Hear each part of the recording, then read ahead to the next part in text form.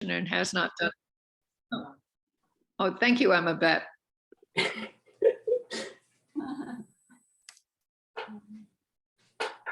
Okay, and Hi, I'm Betty Gordon. I joined the league last August, but wasn't able to get involved actively until this year. So I guess I'm relatively new still. And this is my first time with the voter registration. great. Me too. Was that one of the things that led you to want to join the league, or is this just something you found out? Oh, definitely. The primary reason I joined the league was it was the only organization I could find that took voting rights and voting registration and just voting in general very seriously in a nonpartisan way. Yes. That definitely, is our favorite description of what the league is. Well, there are a few more people that are going to sign on. I realize I've been remiss and some of you are new. I'm Marina Van Breda, and I am currently the Director of Voter Registration for the League Fairfax, and I'd like to welcome all of you. There are a number of people on this call who've been doing this much longer than I have and been league members much longer than I have. I too joined specifically because I was interested in doing voter registration. And if you saw what my screensaver is, when when I had to step away for a second, you'll understand why I sought out the league. My inspiration for all of this is, and has been for a long time, is John Lewis, and the work that he did over the course of his entire lifetime to fight for voting rights, and being able to do it with the league as in a nonpartisan way is really terrific. Okay. All right. Somebody's having technical issues. So I'm sorry, Arena, can you? It's not me. Yes. Arena, can you repeat again what your position is with the Fairfax? Yeah, so I used to be the chair, but apparently we switched titles now so that we're directors rather than chairs, and I'm the chair for voter registration. And let me give you, just while we're waiting for Cindy to join us, I volunteered with the league. I had wanted to, when I retired a couple of years ago, I knew that, this was something that I really believed strongly in, and I wanted to do it. I wanted to do it in a nonpartisan way. And I ran into the guy who preceded me in this job, Bob Meredith, at our local farmers market, and go, perfect, been wanting to be an active member of the league, been wanting to do voter registration. And you know what happens when you show up at a couple of events? You turn around one day and all of a sudden, guess what? Surprise! Now you're the director. But it is something I feel passionate about. And, especially with COVID, when we were all kind of locked down, you couldn't go anywhere anyway. It was a great way to constructively work out some of the frustrations. I would like to point out there are a couple of longtime and senior members of the league who deserve a definite shout out. Lois Page was one of our former chairs, as I recall, and has been probably with the league for a very long time. And 50 years. How many? 50. Okay, so she's one of the people who could be given this class. Mary Valder is also, I believe, a 50-year member. Almost, not quite. I've got another couple of years and then I'll be a 50-year member. Okay, and I would like to also recognize Emma Beth Tedesse, who is both a volunteer and a wonderful one at that. And she's also our operations specialist. So kind of the one staff member that the league has to assist us with, the many activities that we plan. And, she has been tremendously helpful in a lot of the things we've done since she's come on board. She really just jumped in feet first and started running. Both Sherry Gillum is a active member of our voter registration team right now. Debbie Poole is also an active member and has participated often last minute, fill in. So I'd like to thank her. And Amy Leeson is our stalwart leader for our National Voter Registration Day. I'll talk about that a little bit later. And also our liaison with Fairfax County Public Libraries, which is a group with whom we hope to be able to do a lot more activities. And Cindy Kalkorff just signed on, and Cindy is also a longtime leader in the league, and she helped me a lot when I was getting started in my voter registration role. And she was actually the director of voter services for a long time. So she's probably one of the people amongst some of the others that I've mentioned who could probably be teaching this class. So now that I think we got most of the people signed up, we're going to go ahead and get started. You should have gotten with your Sign Up Genius reminder email, if you got those. There were a couple of documents that were attached, and they're not terribly important, but if you, it's just a copy of the current voter registration form and the vote by mail application. We'll be going over those in detail over the course of the next little bit. There's also just kind of a updated fact sheet and instruction sheet for voter registration. I'm going to show that to you now.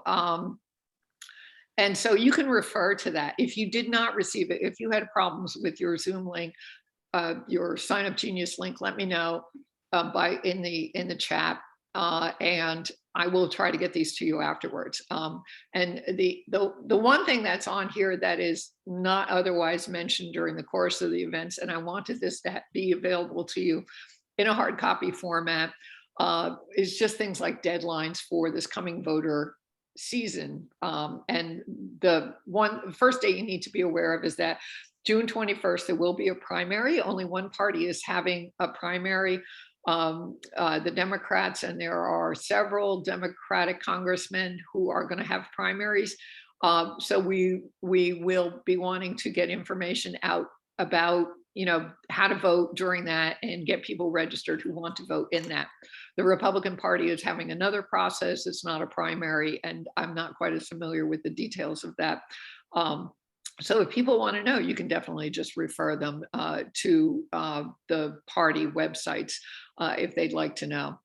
And with that, I'm going to, so for the June primary, the voter registration deadline will be May 31st at 5 p.m. The day before that is Memorial Day. So they postponed it by a day to make it the day after Memorial Day. And then if people want to vote absentee for the primary, the deadline will be June 10th to have requested your ballot by. Okay, so we're going to stop share for a second, and I'm going to, Sydney joined us. Yeah. Hi, before I flipped off my screen, you had not yet joined us, and I'm glad to see you. Sydney is another one of the people who probably should be teaching this course, because she's had a lot of experience. She also was in charge of the voter services team for a while prior to my joining the league, and she's been a great resource for me to draw on, and remains extremely active. So it's really great to have you on here. Although, like I said, you could probably be teaching this. Well, I should need to be reminded, I think. You start Well, taking and I'm glad you brought up the word remind, because many of you I know already participated in events since last July 1st. And just a reminder, for those of you who are new to voter registration, you need to once a year do the state mandated voter registration training, which is a 40-minute video that you listen to, and then afterwards there's an affidavit that you sign. And then right now we are in need of voter registration forms. They will ask you, do you want forms sent to you? Please say yes, and then you can bring them into the office or bring them to a voter registration event where you can hand them off. The high school people need them, and actually it turns out we're going to be needing them for some of the events we're going to be doing. The reason I specify the high school voter registration team as kind of a separate section is because they actually are. Pat Fege and Camille Milks have been organizing our efforts in the high school. This is a picture of Camille here that you can see surrounded by a bunch of kids in the high school. And just a good reminder that, the league, 102 years old, continues to do the work to educate and empower voters and defend democracy, although our approaches may have changed somewhat. Those of you who are interested specifically in high school voter registration, I can link you up with the people that you need to know to do that. They are in search of volunteers right now because there's a short period of time while high schools are in session before final exams start, where we're trying to offer high school voter registration to as many schools as will have us. And it's turning out to be a lot more schools than were originally planned. Some of those are in-person events, some of them are virtual events, but they're very inspiring when you sign up to do that, because you've got young people and it's one of their very first steps into an adult life is when they get registered to vote. So they're pretty excited about it, and it's really fun to participate in that. So I don't think I have to sell this group on why we want to do voter registration. Clearly, it is one of the core functions of the League. I'd like to quickly emphasize that it's not the only thing we do. We do voter registration, and I would say voter registration, you should always think of that. It's just part of this process. It's voter registration and education, because after the voter registration deadlines are done, we're still educating people about, what are the deadlines to vote? What are the ways in which you can vote? Important information that a lot of people need to have available. Who's on the ballot or what's on the ballot? So we are both allowing them to register, but we're also educating them about core functions. But we do a lot of other things. The League of Fairfax is extremely busy with things like candidate forums prior to elections, where we will, and again, our very nonpartisan, and I cannot emphasize strongly enough that nonpartisan is the basis of everything we do. And when you are representing the League, what you say and do must be always nonpartisan. It doesn't mean you can't have strongly held partisan beliefs. Those of you who know me well know I have quite strongly held partisan beliefs, but in this particular role, you have to be careful and always be nonpartisan, because that's how we got to be a 102-year-old organization that has credibility in doing this. But we do things like the candidate forums. We do outreach to voters and help get out the vote, again, always in a nonpartisan way. There is lobbying that the League does. There's a different part of the League where we advocate on issues, not on behalf of a party or behalf of any candidate ever, but there are issues that the League takes a strong interest in. They are studied, they are voted on by the membership of the League, and then we can advocate for them. And that's a really interesting process. I've gotten to do that during what we call the quiet season for voter registration, which is right after the election ends, and during the legislative session. If anybody's interested in taking part in that, I can fill you in on how to do that. It's really great, very interesting. So, but you're all convinced about the values of doing voter registration. Now that COVID is at least manageable, as a former healthcare provider, I wouldn't say, it's a solved problem, but it's certainly a little bit more manageable and it's a little bit safer for us to be out in public. We're going to be doing more in-person events. And I think that that's really fun for people to be able to have that interaction again. And it's really an effective way to get the message out. We try to do voter registration in as many different forums as possible, many different settings. We have traditionally always been at farmers markets. I'm not sure we're going to be doing that as much in the future because it's very time and labor intensive. It's also really, really hot during the summer months when we don't always have a canopy or an appropriate setting. And frankly, what I found is that the farmers markets have become almost like it's a demilitarized zone with both parties represented, and the League generally falls right in between, and it's highly unpleasant because particularly in a contested election season, which seems to be all of them these days, it's just, if people want voter information, they have it there, and I'm not sure that's the best use of our volunteers' times. Last year we did an event over the course of about 6 weeks where we were actually at a COVID vaccination clinic at the government center, which allowed us to talk to over 4,000 of our fellow citizens and do a fair amount of voter registration and voter education. Sherry Gillen was extremely instrumental in helping us set up our program at the food banks, which is actually a two-tiered activity. We do in-person events, and we hope to do some of those again this year. And we're also giving them a lot of information in leaflet format and then in multiple languages. Community festivals and fairs are the things that we're going to be concentrating on a little bit more this year, and I'll talk about that a little bit later on. That's Emma Bett, who's on the call tonight, helping out at Mount Vernon Town Hall a few weeks ago. Last summer, we did back to school fairs at some of our low-income communities where there's a high percentage of immigrant population, and those were really well received, and we're going to be concentrating on hitting those a little bit more frequently this coming year. So I've already gone through some of these important reminders. We are always nonpartisan. And you know, if there are people I know who feel strongly about things and not sure that they can kind of separate out their league persona from their partisan beliefs, and then I would recommend that they not be involved in doing face-to-face voter registration efforts, because you really have to be very careful. And there are, in these very contested times, contentious times, there's an awful lot of time where people are basically coming out and trying to provoke an argument. And you'll see the last thing in the list I have up right now is don't engage.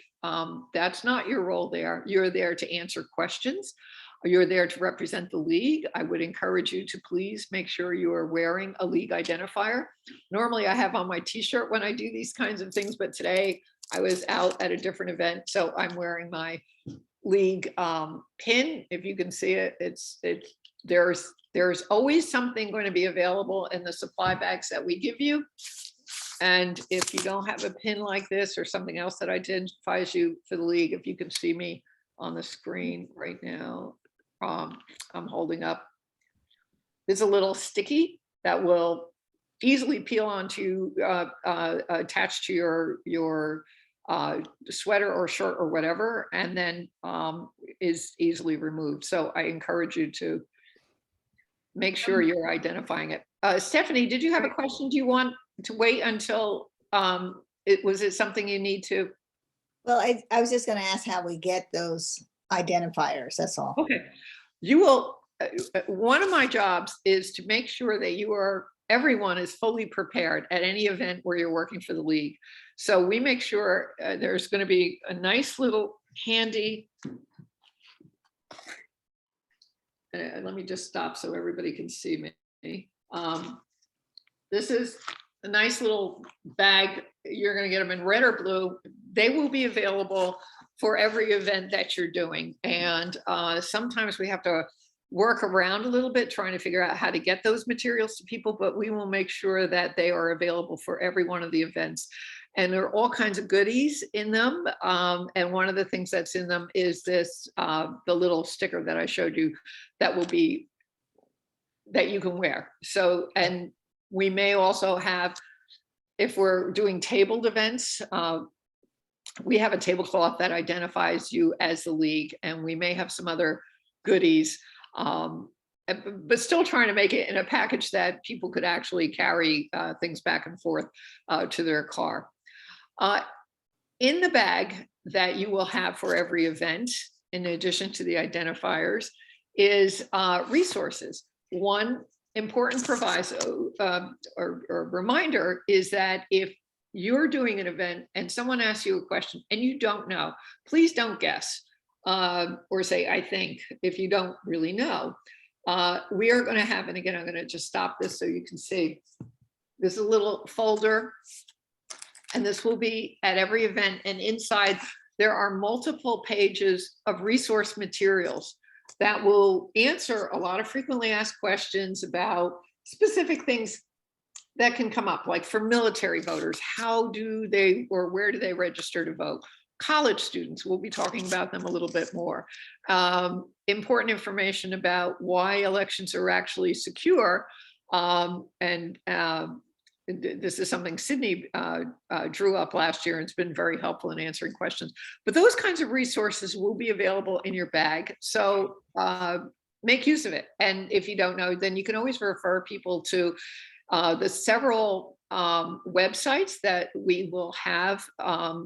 It's in the instruction sheet that I sent out, and will also be in the book, so people can go and do their own research and look up the answers, as well as the contact information for the registrar's office in Fairfax County and the state registration office, which is obviously the ultimate source for questions specific to voter registration. Another important reminder, any private information like people's social security number must be handled with complete discretion. This is actually, you're legally obligated to do that if you're doing voter registration, and you will have sworn in the affidavit at the end of the state training that you will do that. And clearly, obviously, it's both a common sense and an important legal reminder that we are legally obligated under felony penalty for protecting this information. So I'm sure most of you are aware of that. Okay. An important reminder, we're going to go over the voter registration forms in some detail, although I think most of you, this will be covering old ground. But it's important to remember that paper registration forms is only one of several ways where people can, in which people can register to vote. They can register in person at the registrar's office or at the DMV. Now, this was problematic during COVID when the DMV offices were shut, other than for a very limited access. So now they're opening up again, and it's a little bit easier for people, especially young kids who are just getting their driver's licenses, to get registered. When we were doing the COVID vaccination clinics, it was at the Fairfax County Government Center. And as people would be walking through, we would say, hey, you know, there's an important election this year. And an awful lot of people said there is. We just had an election last year. Reminder, in Virginia, we have an important election every single year. But then I said, well, you can register to vote. And when we were getting the young people coming in for their vaccinations, when we were able to vaccinate younger kids, and you talk to parents to say, hey, you know, if your teen is going to be 18 years old by November, they can register to vote right now. And they go, oh, that's terrific. You know, they didn't get to register at the DMV or in school, so I want to get this done. I said, well, you can fill it out with us right here, but the registrar's office is up one flight of stairs, so you can just walk in there and do it.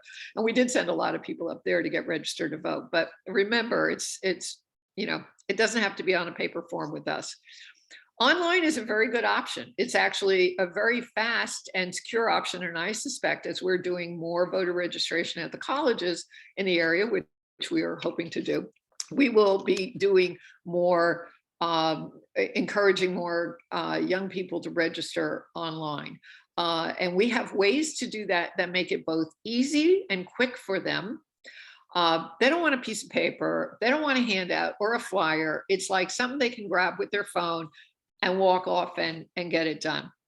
Now, we encourage them to stand with us for a couple of minutes and make sure they complete the process, because otherwise, as with many things, and this is not just young people, it's with us olds too, you mean to do something, you open it up on your phone, you think I'll get back to it, and then you know what, 100 other things come up and you never get around to it.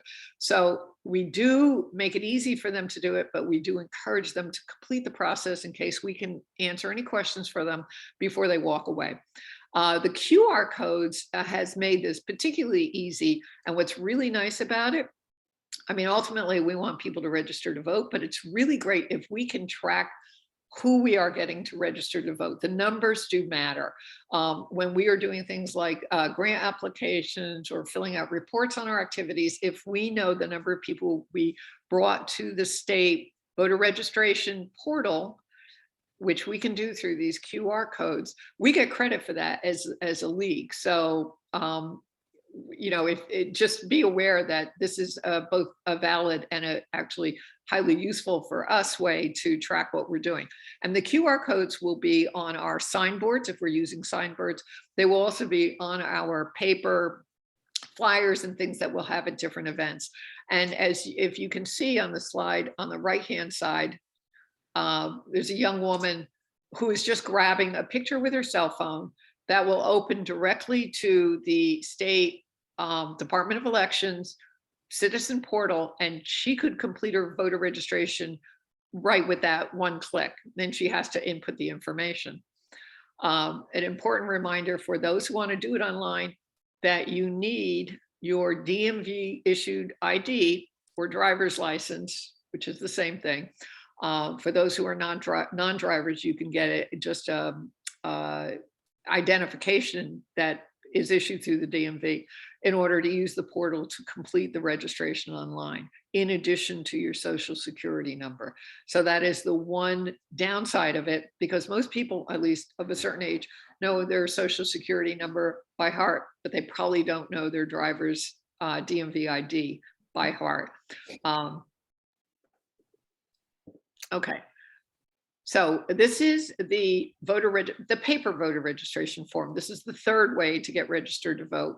And we are going to walk through this in a stepwise fashion, just to be sure that everyone's comfortable when you start doing events, that you know exactly what we're going to be looking for. In order for and again, we are legally obligated to ensure that we are registering people who are eligible to vote, which means they have to be a Virginia resident, a United States citizen, and this year they have to turn 18 on or before November 8th. So yes, if the kids are 17 years old now, but they're going to turn 18, you know, in September or October, they can register now, and they can actually vote in the primary, which is what a lot of kids don't realize, is that you can vote at age 17 and a half if you're going to turn 18 prior to the next general election. And the thinking on that is that if you are going to be voting in the general election, that you should have a voice in choosing the candidate for whatever party you're supporting in the primary. So that's an important question to just address with the young people, because like, oh, I'm too young. It's like, when are you turning 18? And we grabbed a bunch of them that way at the COVID vaccination clinic. It's like, oh, that's cool, I can vote this year. Another important question to ask, particularly in Virginia, is have your rights been restored if you have been convicted of a felony? And that's an awkward question to have to ask, but it's still important that we address it. And it's important not just because you have to have your rights restored, but if someone comes to you and says, you know, I was convicted of a felony, I don't know if my rights have been restored, we have resources in our handy little guide that will allow them to find out or initiate the process of the rights restoration. So it's just important to be aware of that. And likewise, if you have been judged mentally incompetent by the courts in Virginia, you have to have your rights restored by the court in order to be eligible to register. Okay, couple of minor but important reminders: blue or black ink only, and legible.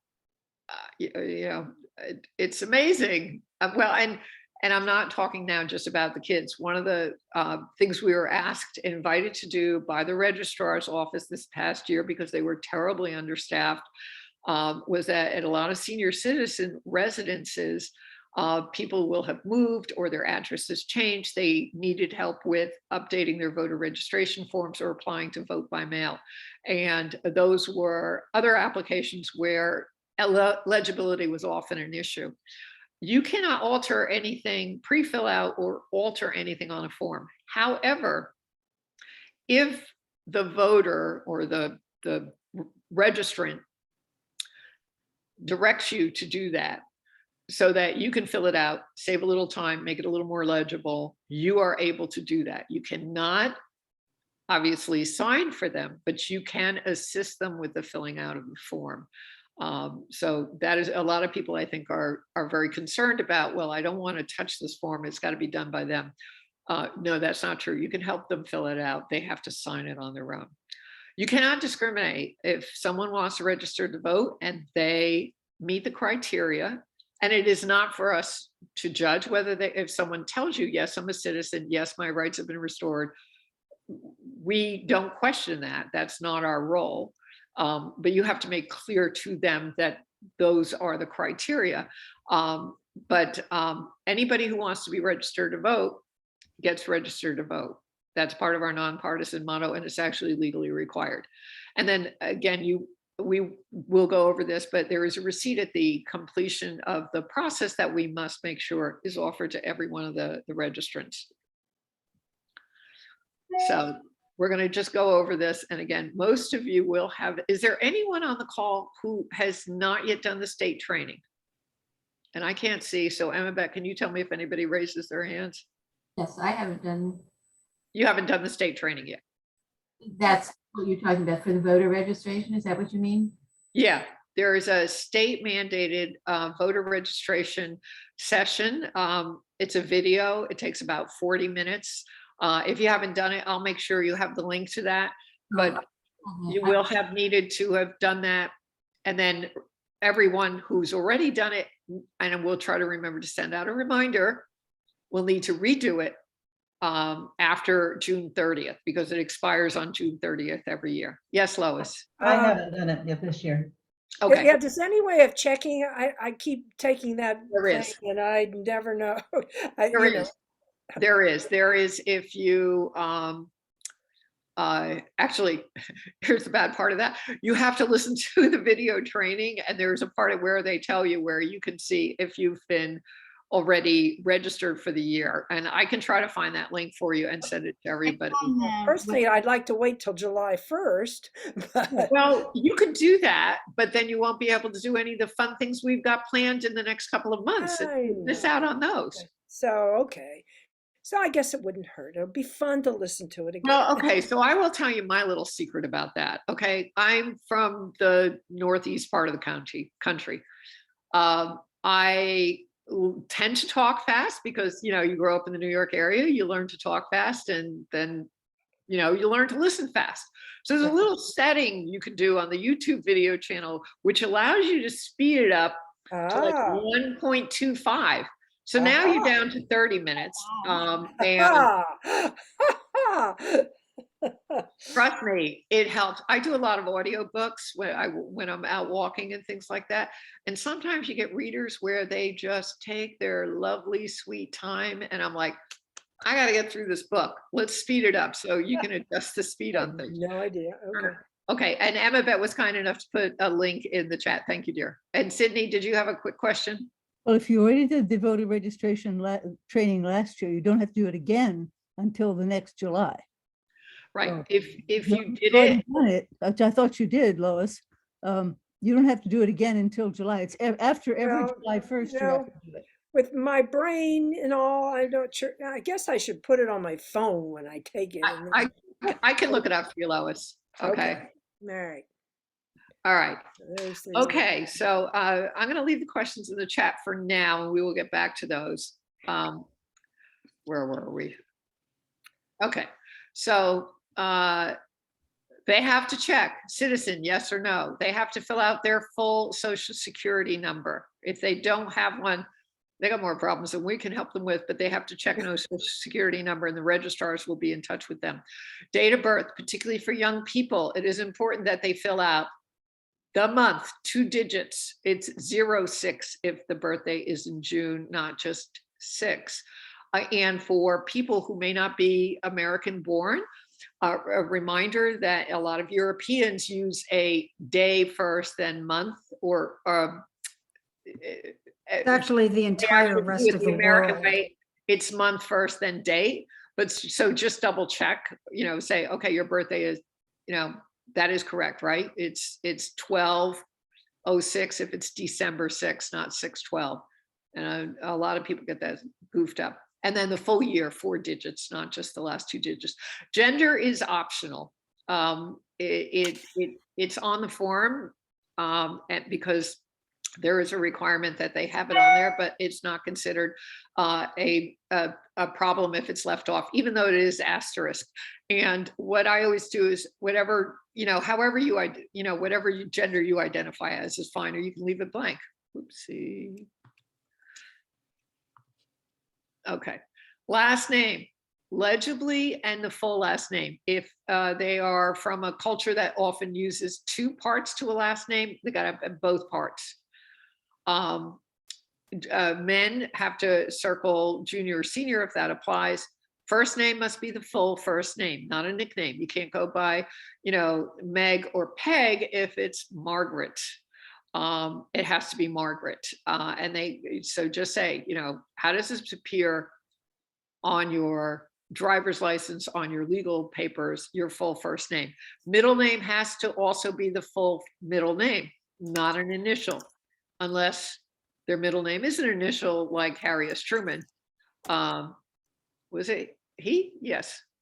Or Ulysses Grant. The S in Grant didn't stand for anything, but then they can leave an initial. So if you see just an initial, please ask them, is that really your full middle name? Otherwise, they got to fill it out. If they have no middle name, as I do not, they have to check none. That gets skipped a lot, and it is going to be a problem. So this is our role, is to go through these and just make sure that people have actually, even though it's highlighted, and all the forms we will be giving you to use will be highlighted, that they've actually bothered to stop and read it and fill it out. The residence address has to be where they sleep at night, a street address, not a post office box. And we will talk about what to use if that's not their mailing address in just a couple minutes, but it must be so if you see someone filling it out and they put post office box, no, that's no good. They have to correct that, including the apartment number. For college students, and we will be doing college voter registration, they should put the street address of the dormitory where they sleep and the room number, even though that's not where they get their mail. And so you just got to explain to them, if they were registering at their school, not at their parents' home, which is their other option, but if they're registering at school, they have to give the street address of the dormitory building. Now, you'll see on the one we're giving you here, highlighted is email and phone number. Now, they're not asterisked. They're not essential to get registered to vote, but they are highly helpful because this is how the registrars gets a hold of people if they cannot read the writing, or if there's a question about it, if they have to mail a question to the registrant, and you all know how long the mails are taking these days, it will significantly delay things, and very often it never gets through. So an email or a phone number is a really good idea, and we strongly encourage people to do that.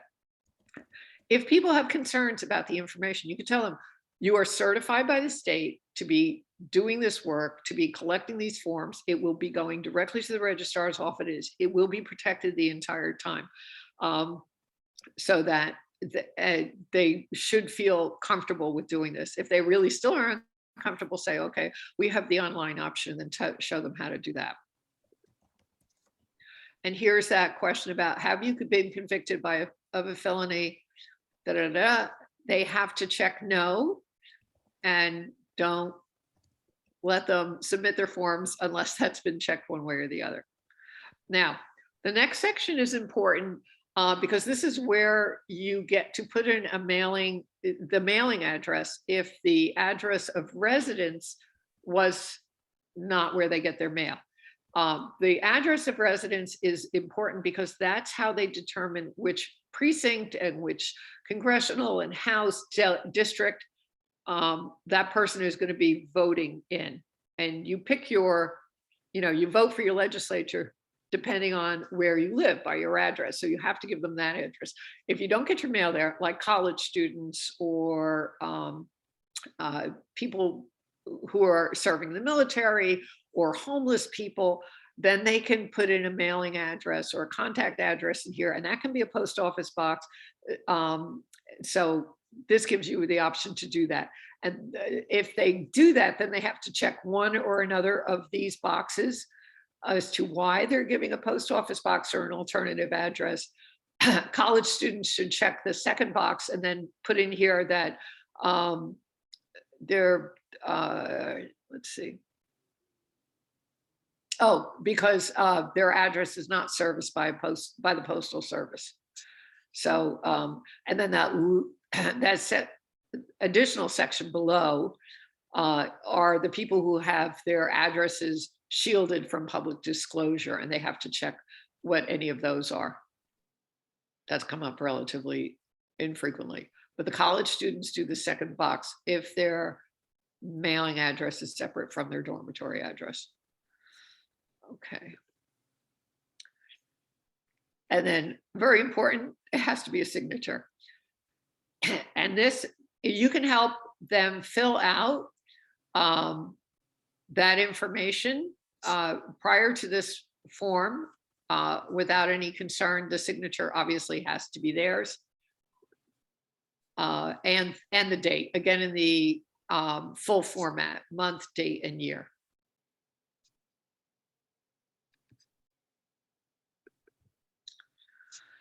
All right, so now, oh, the receipt. You'll see there's a little detachable thing here that, you know, you could theoretically rip off. We are encouraged not to do that. I'll rip them off because it gums up the machines as they're processing the papers through the machinery. So we have supplied in your little bag of goodies. I'm just gonna, there'll be a little Ziploc bag with a bunch of receipts in it. And these receipts are pre-printed.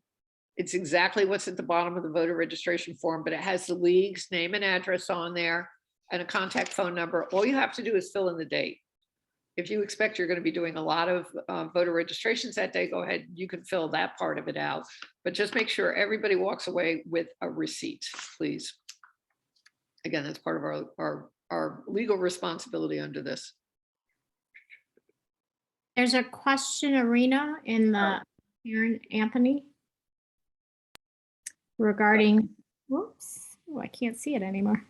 Arena, that box below the signature, I think that's why so many applications got pitched from the DMV when they were, that's Good. gotta be, yeah.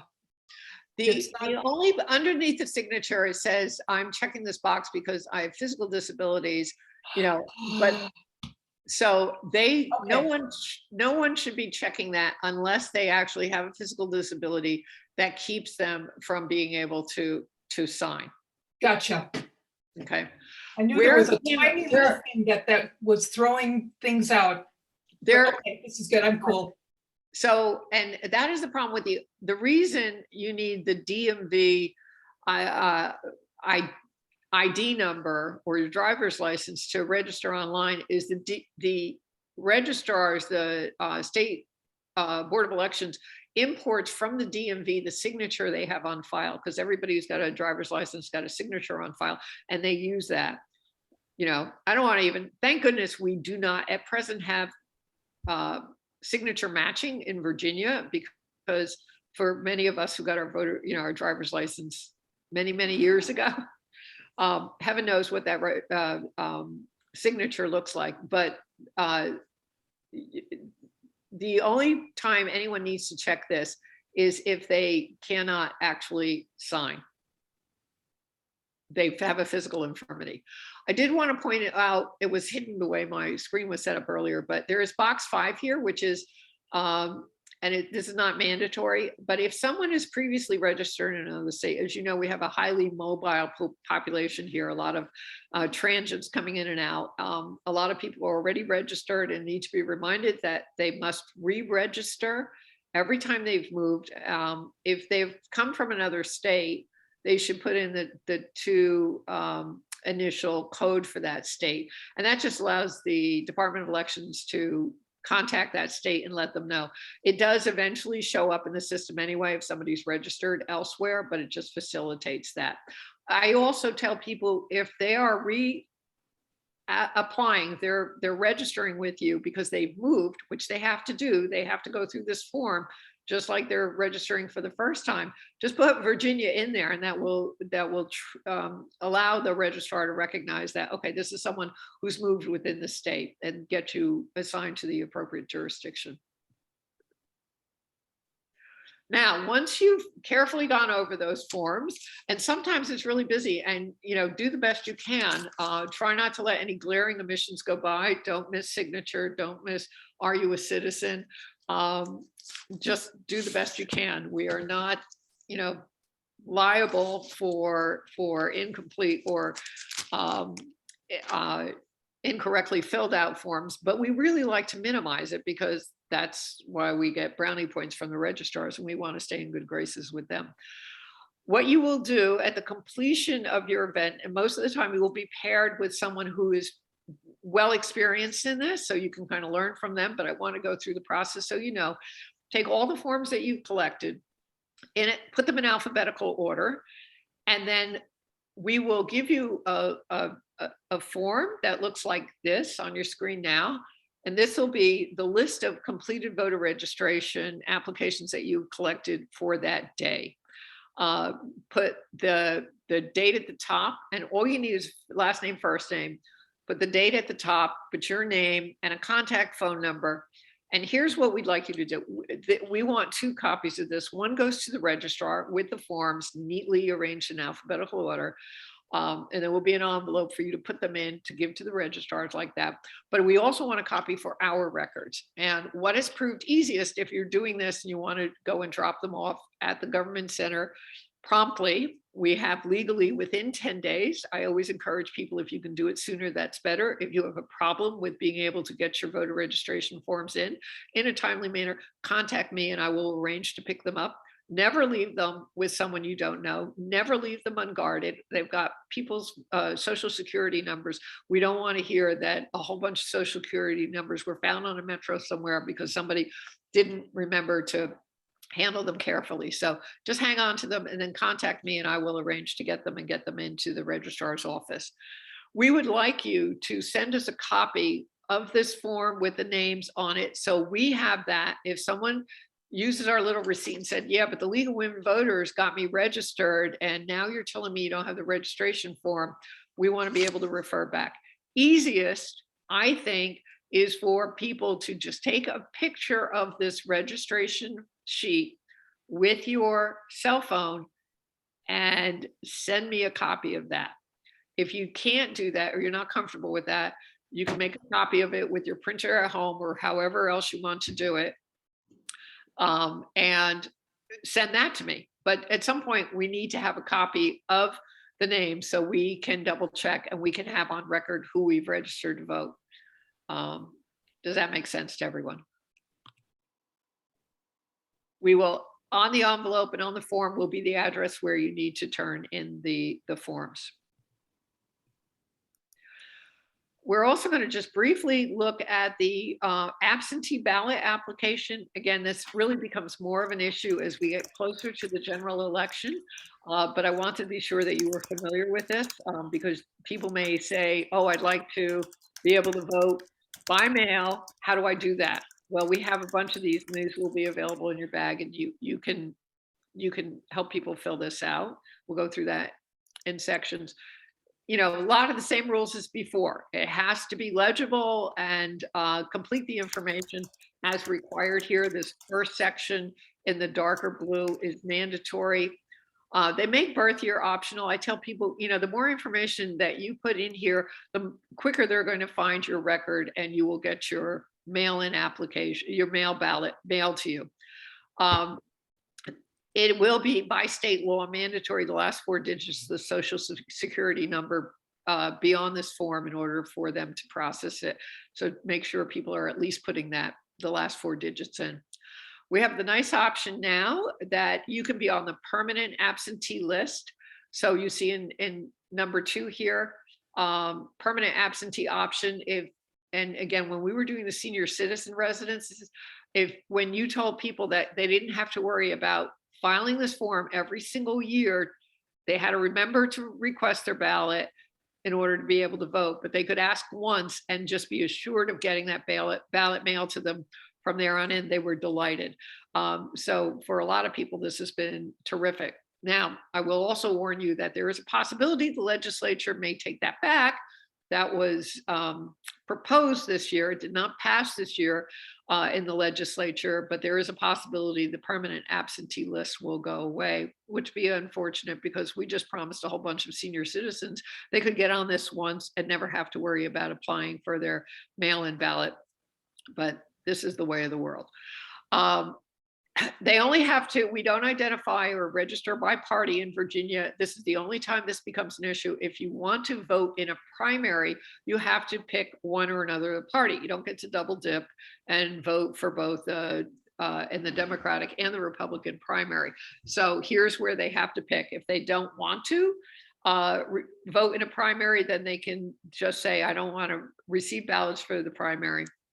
That's the only reason you would need to identify. You can also specify if you don't want to be in a permanent absentee list and you're only going to do it once because you're going to be out of the country that particular upcoming election, then you have to specify which election you're going to be requesting a ballot for. The address is, again, it's got to be their address of residence. And then if it's not the same address, or if they're in one of those situations where they don't get mail at their home, then they put in the mailing address here, if that's different. And again, I always tell people, if you can give them additional contact information to get your questions answered, it makes a lot more sense than taking the chance that your application will be rejected. So there's an option for telephone number and phone number and email, sorry. Arena, Yes, ma'am. there's a question from Lois that says, if we help a person out with the voter registration form and they decide to mail it in themselves, do we get any credit? No. So it goes. We're a service organization, and that's one of the services. There really isn't anyway. We actually, I won't say that that's not completely true, because we will ask you as our volunteers. I love numbers and data. So we do ask you to keep track of the number of people you spoke to, how many voter registration forms you collected, how many, mail ballot applications you gave out. So we do record it that way. And those numbers can be, it doesn't have to be exact. We will give you a little counter where you can actually count the people that come and talk to you. If you're at a busy event, it's often very helpful to do that. But sometimes it gets so crazy busy, you're doing so many different things. A guesstimate of how many people you've spoken to or things you've handed out is good enough. But voter registration forms obviously will have an exact number because you're going to have those with you. Now, you can give out a voter registration form and tell people to mail it themselves. There is an address on the back of the form that tells them where to mail it to. You can count that as an encounter that you had with a registrant, but we can't count that as an actual registration because, most things that go into your hand when you're at an event go directly in the recycling when you get home, is my sense of it. There are sections on this absentee ballot request that may apply in some circumstances, but not all. If people have moved since their the last election, they should fill that in here. Military overseas ballots, that's a group that uses mail-in ballots a lot.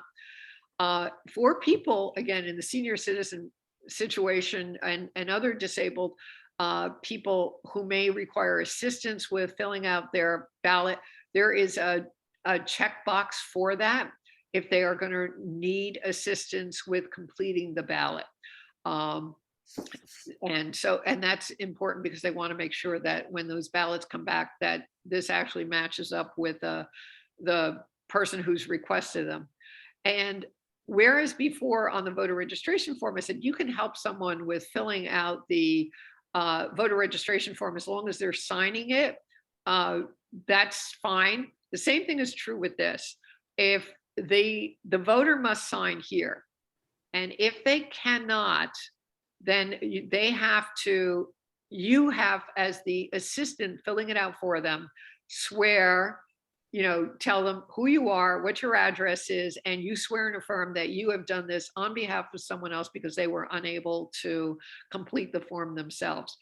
You do not need to fill this portion out if you are just helping them out with filling in the blanks to speed things along, as long as the voter can actually sign for themselves. Now, when you do this, obviously we want to do this in a completely transparent way.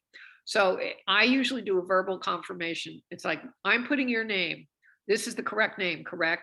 This is your date of birth, correct? And and usually this is a public setting. We obviously don't repeat out loud people's social security numbers, but I want everyone to be well aware of the fact that we are doing this on behalf of a person, but that voter is actually signing the form themselves. These forms can go in the same envelope with your voter registration forms to go to the registrars. They don't get counted or alphabetized. That's separate. Another section deals with this. So just put them as, an add-in at the back of the envelope is fine. Now, college frequently asked questions. These are handy things to know if you're going to be participating in any of our upcoming college voter registration things. We already talked about that if they're going to register at their school address. Here's the thing with kids, young people. You have to explain all of the basics to them because this is first time for them. They don't never done this before. Things we just know or have learned over the years and we assume are not necessarily safe assumptions for them. You have to explain to them that they only get to vote in the jurisdiction where they are registered. It's not like you register in Fairfax County, then you go down to, Richmond, because that's where school is, and you can go and vote in Richmond. No, you got to vote in the jurisdiction where you are registered. Now they have a choice. They can register at their home, their parents' address, if that's their permanent address, and that's where they want to vote, that's perfectly fine. They fill in their parents' address for their residence and their mailing address. If they want to vote in Richmond, because that's where they're in school, then they need to fill out that information as we've already gone through. You need to remind them that there are several different ways in which they can vote. To try to make it easy for them, you can vote early by mail, or you can vote early in person. And the nice thing in Virginia now is we have 45 days where you can vote early in person. So they got 45 days prior to election, if they're coming up from Richmond, to vote in Fairfax County. And there will be multiple sites where they can actually go and vote. And for the early voting, you can go to any early voting location. That's hugely helpful. However, remind them that if they're going to wait till election day, they must vote in the precinct where they have been assigned. And, for a lot of kids, it's like, well, can I vote online? No, you can't vote online. We don't do online voting in Virginia.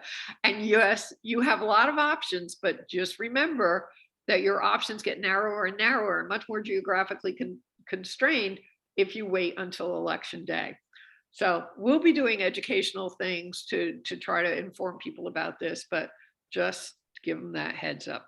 The other thing to remind them, if they want to vote by mail, it's a great option. They just have to remember to mail that ballot in time. It has to be received. It has to be postmarked on or before election day. It has to be received by the Friday after the election. And both of those things have to apply. So those are the two biggest forms you'll be dealing with. There are lots of other informational things that we like to do, and we will be giving out during the course of the season. We have event-specific flyers. We have general flyers. We have our very popular Facts for Voters, which is a huge resource for citizens, residents of Fairfax County, because it's got everybody's phone number, easy to use, easier than trying to find things on the website. And trust me, I spend a lot of time on the websites for the county trying to find things. This is way easier to use. We will have our What's on the Ballot flyer as we get closer to the election, once we know who's going to actually be on the ballot. We have this wonderful brochure that, or a flyer that Sydney Johnson developed, which is the elections are secure, and it's kind of a fact-by-fact rebuttal of some of the misinformation that's been out there about, that there's a lot of fraud in the election, just trying to put that to rest. Again, it's worthwhile handing it out. If people have concerns, don't get into an argument with people who are just looking for an argument. Okay, so now you know everything you need to know for now about voter registration and what's involved. Now here's my chance to put in the pitch for the things that we're going to need your help with. I already mentioned high school voter registration is ongoing. These are fun events. It's very well organized by the high school voter registration team. I can take absolutely no credit for that. That's Camille and some of the other people who've been working on this for many years. But it is a lot of fun. Kids get really excited. They love getting the sticker that said, "I've registered to vote." They see it as a real rite of passage to being an actual adult. It's just a great feeling to walk into a classroom and walk out 20 minutes later and you've gotten, 25 kids registered to vote. We've been stressing information for the college events because we are going to be doing events. In this month and this coming month, April 20th, we will be at Northern Virginia Annandale campus for several hours. I think it's 11 to 2. We will be doing voter registration. It is an outdoor event, and we want everyone to feel safe. We recommend wearing masks. And I actually really recommend wearing masks if you're indoors for any events. For outdoor events, it's not quite as hard and fast to rule because the safety is actually quite good if you're in a well-ventilated space. But at Northern Virginia Community College, we will be outdoors, but under an overhang. So even if it's a rainy day, it'll still be fun. And so we encourage people to sign up for that. We'll be at GMU a few days later. That'll be on Friday, April 22nd, which is Earth Day, which means there'll be a lot of kids on campus. There'll be a lot of other things going on. It should be a really fun time to try to get young people registered to vote. That event will be indoors in a student activity center, but with a lot of foot traffic. And again, my recommendation as, former healthcare professional is wear masks, especially in indoor events. It's obviously up to you. Now, starting this Saturday, you are the first to get the official word of this. We are going to be doing new citizenship ceremonies at U.S. Citizenship and Immigration Services. We have been working long and hard to do this. These are people who have just gone through the arduous, time-consuming, expensive process to become a citizen. I immigrated here as a small child, and it's not recognizable anymore how difficult it is for people to get through this process. They now get a 30-minute, to use, an unprofessional expression, it's really a slam bam, thank you, ma'am, ceremony where they're rushed in, they're rushed out. They do swear oath of allegiance, and we are going to be able to offer voter registration in person.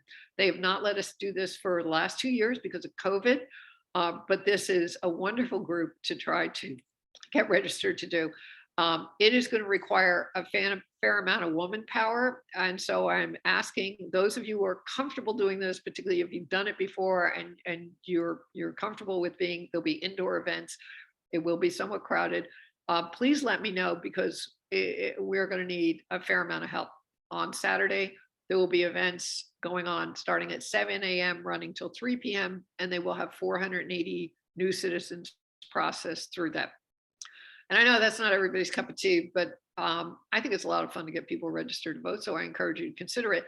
I will also tell you that we are going to be doing events with USCIS at other venues, including hopefully at Mount Vernon on July 4th, which I think would be a great event for the league to be associated with, because they don't get any more patriotic than being able to register new voters, new citizens at Mount Vernon on the 4th of July. Arena, Yes, ma'am. can I stop here a second? There's a couple of questions and also a recommendation from Cindy Johnson. Okay. Do you want me to read them or do you want to? Well, I'm almost done. Let me finish Okay. and we'll go through all of it. So Okay. I also wanted to mention we're going to be doing a couple of Juneteenth celebrations, one in Vienna, one in Mount Vernon this year, obviously in June.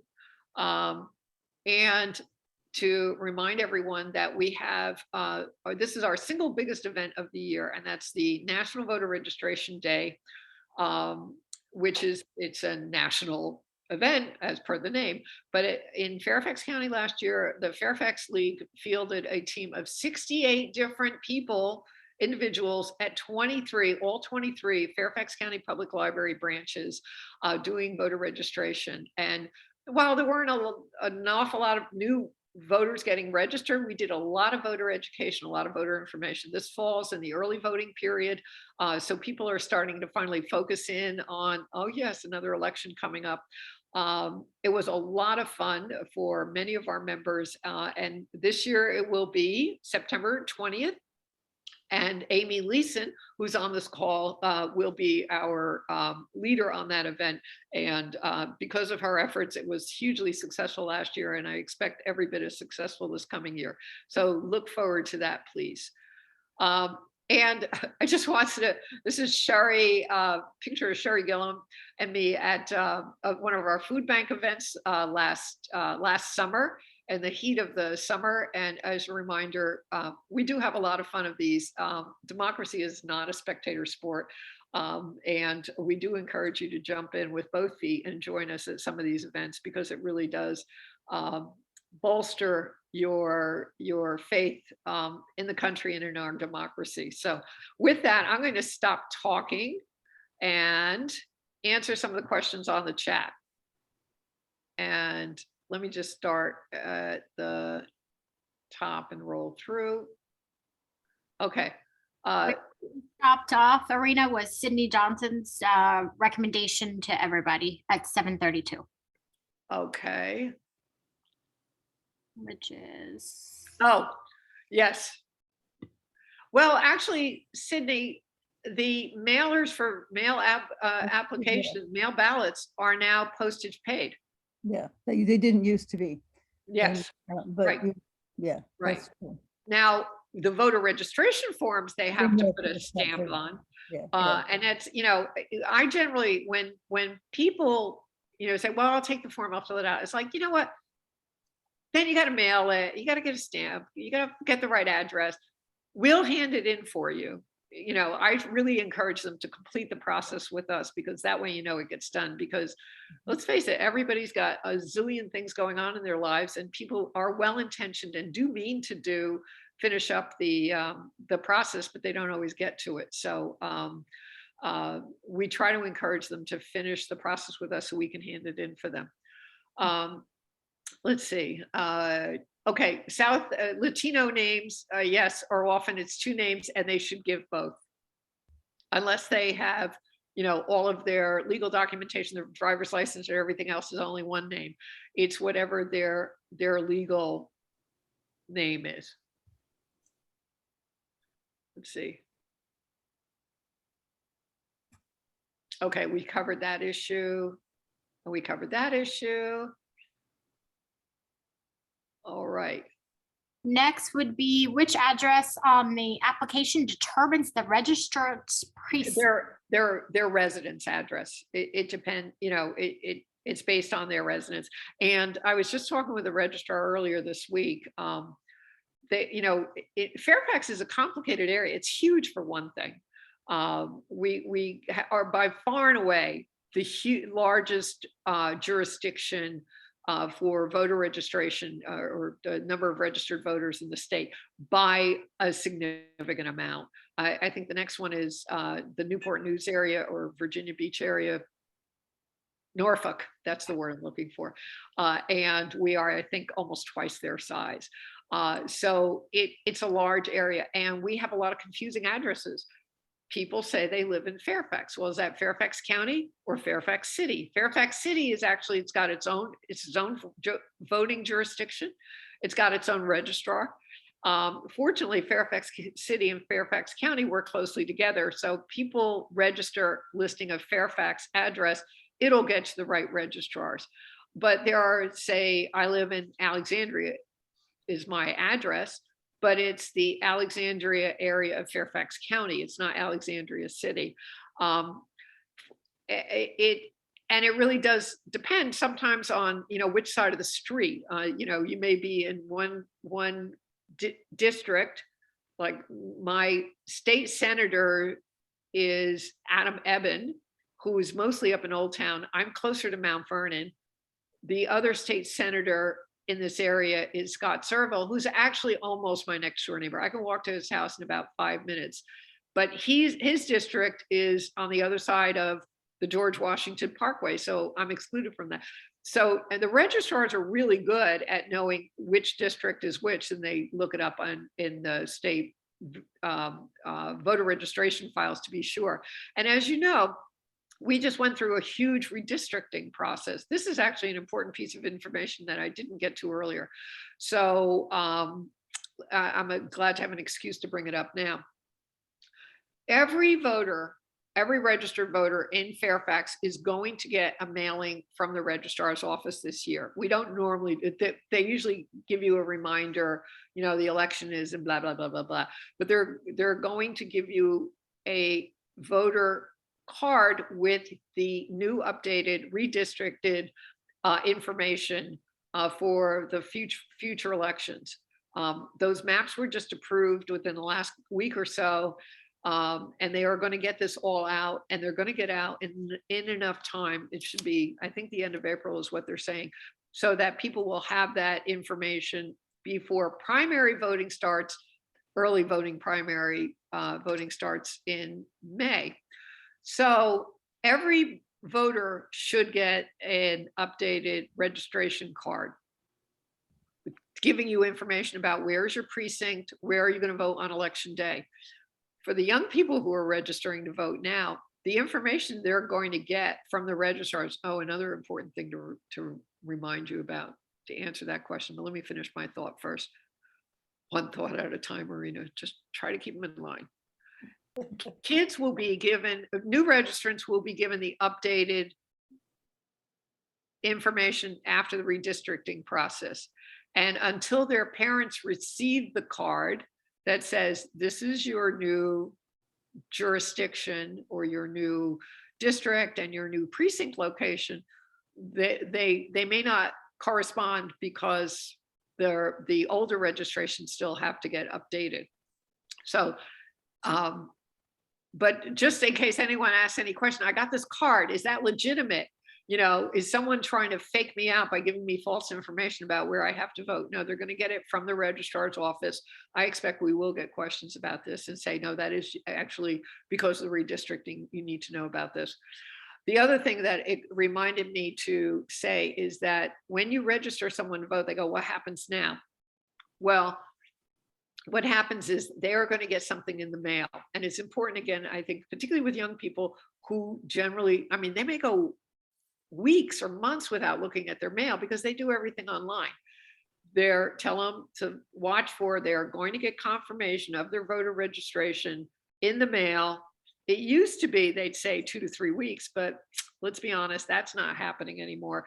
We have to get the forms to the registrars. They have to process it with delays in the mail. I say now it may be 3 to 4 weeks before you're going to get that confirmation. Then it will have for them, you know, who's their state senator, who's their representative, what districts are they in, what precinct do they vote in on election day.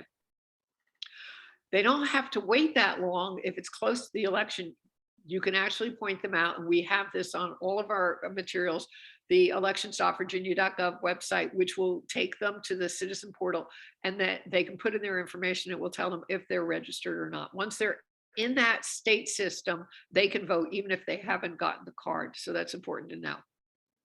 Okay, I think that completed those few trains of thoughts. Where do we leave off on the questions? Next question, do we ever cover an event alone? What does that mean? Oh, would you go alone at an event? Yeah. You know, it might happen rarely. I mean, I generally tend to encourage people to have a buddy. I mean, I've done events by myself because I know the setting and I know the locale. In general, we recommend that people work as a team. It's more fun that way. And obviously there's a security element as well. But we are not going to pick locations for people to go to events where there's any question. Most of the events we'll be doing now are going to be larger events. Back in the day of the farmers markets, very often it would be one person at a farmers market. But like I said, we'll probably be doing fewer of those as we go on. Is the QR code dynamic or static? Someone's going to have to translate that into Is, That was my question. Go. This is Betty, and that was my question. And the only reason I'm asking is because a lot of times people don't want to use those QR codes because unfortunately, they've been implicated in pretty big phishing schemes. And so I was curious, what's the league's position on just simple security about those things? If it's a static, then nobody can change it. If it's dynamic, it's changeable. I would have to ask the people who generate our QR codes because I'm not really sure. Who are those people? They're Are they people- league people? They're league people. And how do you tell if one is static or dynamic? You have to be the creator. Ah, The creator would know. I'm only asking because somebody may ask me. okay. It's Well, it's been an issue. Okay, so I can tell you that, we double check all our QR codes to make sure it goes directly to the citizen portal because that's where they all link to. It's like you open it up and it goes directly to the .gov, elections.virginia.gov portal. So, and they're all developed by us, they're not by an outside person. So, that's all the information I have on that, but I don't know if that's sufficient, but thank you for raising it. I don't know if that's something we need to look into further or not. I've taken note of it to have a clearer answer. Okay, good. Thank you, Emma Bet. Good question from Karen. Will young people know their social security numbers? Not likely. The college kids might because they've had to fill that out, or they will have, you can tell them if they've recently done their college applications, it's part of that, the college application program, so they should be able to find it there. But it is, our generation, speaking for me as an old person, as one of the olds, we all know it, it's one of the first things you memorized, but I'm not sure. And that is going to be a limitation, but, so that's our fallback is you say, okay, well, if you don't have the information to complete the form now, here are your other options. Please go and get registered to vote.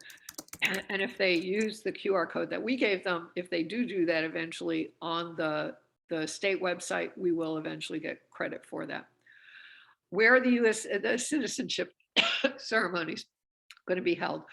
Right now, they're going to be held at the Merrifield office of USCIS, which is on Prosperity Ave. I think it's called Prosperity Ave.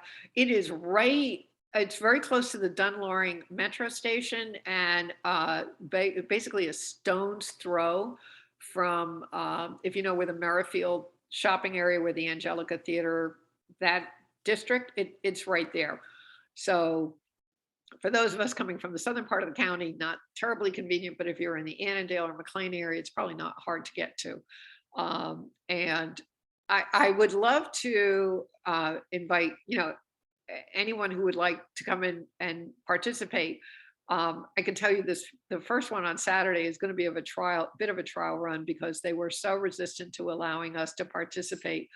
And then when they said we could, it was quite literally a week ago, and they said, oh, we're going to do 480 people on Saturday. Can you do that? It's like, we'll try. So we're going to give it our best shot. And hopefully we'll have enough people to at least do a decent job of it. We will certainly try to hit their high standards. Arena, may I ask? I've done one of these things at Prince William, and actually it was at the Hilton Center. So in other words, a very large venue. Is this a large venue, this Merrifield thing? Because I can see this being chaotic. I was there to visit today because I wanted to get a sense as to how things, because previously we were not even allowed in the building. It is not large. There are 2 rooms where they're going to be running the ceremonies on Saturday. We will be at a table at the back of one of the rooms where I think they do most of their usual ceremonies. There's an additional room they're going to be using. And we, again, we'll have a table where we can stand. Yeah, it wasn't until I saw the layout today that I thought, we're going to need more people if we're going to try to cover this. But once we've done a run through, I'll have a better sense as to how we can both be effective, actually be helping the new citizens, and also keeping the USCIS people happy about our presence there, because Well, do you think they'll put them in time slots? I mean, they won't. every all- 30 minutes, 30 people. Okay, all right. 30 Well, minutes, every 30 people, 30 people every 30 minutes, which doesn't give you a lot of time, No, particularly but- since, one group goes out. But we're going to learn a lot on Saturday, and I'm looking for volunteers who are willing to make this a learning process. No, what's the date of this? I'm sorry. Our first one is going to be this Saturday. Oh, no, that's too bad. Okay. It doesn't look like it appears on the calendar of events yet. Well, and there's a reason for that, because we were so unsure, because USCIS has been very resistant to having anybody participate in there. So it's taken us a long time to get to this point. And it wasn't even until I saw the space today that I thought, okay, this is going to be doable, if challenging. And I didn't want to just make a general yell for volunteers until we had a sense if it was going to go. And that didn't happen until a couple of hours ago. And honestly, I want people who are up, who have done this training. That's why I'm making a pitch to you guys, because you now are up to date on what needs to be done. And, I feel comfortable that you have the information you need to be effective in this. But for our average volunteer who maybe hasn't done an event in a couple of months or a year or two or longer because of COVID, I didn't want that to be their first experience. So that's why this is getting more than our normal amount of elaboration about the situation, because it is a little bit unusual. But it's a great opportunity, I think. If I could just put in a plug, to me, one of the best league experiences I've had is doing this new citizen registration thing. It is so exciting to see these people. They are. I don't know what they do in Prince William, but here at this one, but Prince William, they had little flags that they were waving, and it's a wonderful experience. So, unfortunately, I won't be here Saturday, but let me know. I'll sign up for the next one. We'll put you on the list for sometime soon. Okay, great. Okay. So this meeting's gonna start at 7:30? That's when they start. And it says every half hour, right? So at least you said they start at 7, so the first group would be finishing about 7:30. Yeah, but we have to be there to get set up. So I'm going to be there at 6:45, and I'm going to learn a lot really quickly, and then we'll see how it goes. How can we find out about future citizenship events? Because I'd like to participate. Great. And I am going to do a Sign Up Genius for this, but my goal is to, when people sign up for events with us, to make sure they have absolutely everything they need, both materials wise and the information ahead of time, so that people don't walk in and they're, wait, that's not what I expected. And with most of the things like the high school and the colleges, we got a really good idea of it. National Voter Registration Day, highly coordinated, you'll get all the training you need, all the information you need. Thank you, Amy. But with this, because we haven't done it in several years, and because it's a new facility, I just don't know yet, but we will definitely have a sign up for it, and we will have very clear instructions so that everyone who walks in feels comfortable. Rena, if you are in charge of it, it will be done very well. Everything you do is done very well. It will definitely be, I'm a big belt and suspenders person. It's like, could we have more preparation? We will do more preparation. But I don't think it's fair to ask people to volunteer for something and then find out, like, wait, they didn't tell me about this. So our job is, and you can always, give us feedback if we're not giving you the information and the materials you need. That's what we're here for. Thank you for being persistent. You finally got it. You've been talking about this for a long time. Yeah. Good Somewhere job. somewhere up in one of my closets, I have a T-shirt that says, "Nevertheless, she persisted." Another one of Mhm. my. That's a league battle right there, really, when you think about it. Just, well, the inspiration for a lot of this, I already shared with you guys my real personal inspiration of this was John Lewis. I got to meet the man once, and it was like, you want to talk about just being so inspired. It was just an amazing experience. But I think it's also important to remember that, how did the league get started? It got started with the group on the left here. They spent decades lobbying to get women, 72 years. the right to vote, and were willing to put themselves on the line and go to prison and literally be force fed and tortured in order to get the right for women to vote. So it's, we're not going to let a little thing like the bureaucrats at USCIS stop us. All right. Is there anyone else who has any questions? I feel like I've used up a lot of your evening, and I appreciate you being so patient and sticking with it. I do encourage you to sign up and try an event. I try to be at as many of the events as possible, and there are a couple of stalwarts on this screen right with me right now who are also frequent offenders that you're likely to run into. But we're all the people that enjoy doing this. So, but if at any time you have any questions, you can ask any of those of us who have been doing this recently. And my phone number is always on every one of my emails. It's my cell phone. You can call me at any time. Sydney, I'm sorry, you're. Well, that's good. I mentioned in the chat that if they don't know their social security number, if they have their common application form to college, it's on there. And very often they have that on their phones. Phone, right. Yeah, I saw that. That was helpful. Thank you. From somewhere. That's what they tell them at the high school to do. They can also call their mothers, but that's not as accessible. Their mothers might be shopping. Or going out getting people registered to vote. Who knows? Or working. Actually, that's a very good reminder. Thank you, Sydney. I knew you'd prompt me. I want to remind everybody that, when we're handing out materials, in the bags will be these, join the League of Women Voters. Now, a lot of time, if it's busy, you're collecting the forms and you don't have a lot of time to engage, but you'll run into people a lot that say, "Oh, thank you for what you're doing. I really admire your organization, blah, blah, blah," whatever. It's like, well, would you like to be a member of the league? Because we can always use more members. The more people we get to join, the more people we get to volunteer, and it's like if everyone in the organization did 1 or 2 hours of volunteering every year, we would be just rich in volunteer time that we could put to good use. And we do try to put it to good use. So please share these. They'll be in your bags. Lots of little goodies in the bags. There's these great Vote 411 cards.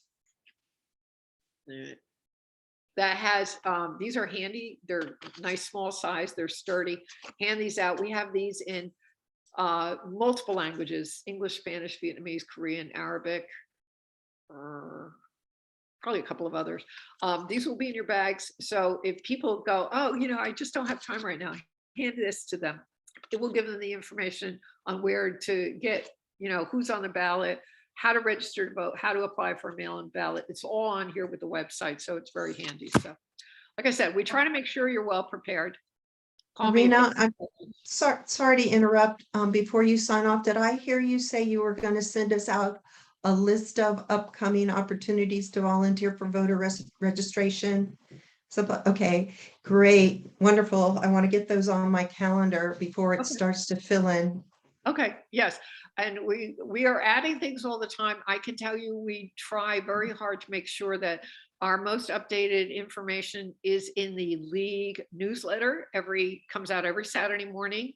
If you are not getting that every Saturday, please raise your hand now, because we want to make sure you are, because that is really, that's our best way. Instead of me sending emails to people, it goes to everybody in the league And we'll have links to the Sign Up Genius so you can sign up for the whichever event you're interested in. We got a lot of fun things, I think, that are going to be happening this year. And one other request to all of you is in your, I'm in the Mount Vernon area, so I know what's going on in this area and I can kind of keep an ear out. But in your own neighborhoods, as you see, flyers going up for a community festival, back to school fair, events where you think, wow, that might be kind of an interesting way, to meet new voters or get registered voters, send me the info about it. One of the folks who was on our call, the last training session I did, has already sent me 2 events that I was like, oh, this might be a real possibility. And we can't obviously do everything, but we have some very specific goals we're trying to reach. We are trying to reach that part of the community in Fairfax that doesn't have the resources and the wherewithal, the income levels perhaps that many of our more fortunate residents do. We're trying to target those neighborhoods. So it's the opportunity neighborhoods in Fairfax County. We're trying to reach young voters. We're trying to reach the minority population. We're going to try to do an outreach program to people who have been disenfranchised to make sure that they know that they can get their rights restored. So those are some of the priorities that we're going to be looking at. But send me any event where you think that it might be a good idea for the league to participate. We can certainly just at least take a look at it. Okay, we're pretty much out of time. Emma sending the reminder about the e-news, and it looks like everybody is getting that. So, but I will send you an email. It will come from my own email account, not through Sign Up Genius.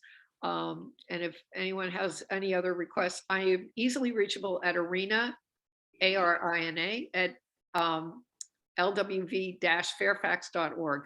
And you can reach me that way at any time. All right. Well, thank you all for your attention. I hope Thank you, Arena. good. It's Great. well past my first glass of wine time, so I'm going to leave you now for that. And Amy, can I ask you to stay on for 1 second? Sure. So we can just get caught up on some other things. Thank you all very much. Thanks. Thank you. for that. Arena, I'm gonna, Sherry, I need to catch up with you too at some point. Maybe you can stay on. Oh, okay, oh, oh. I'm gonna stop recording. Yeah. Okay, all right.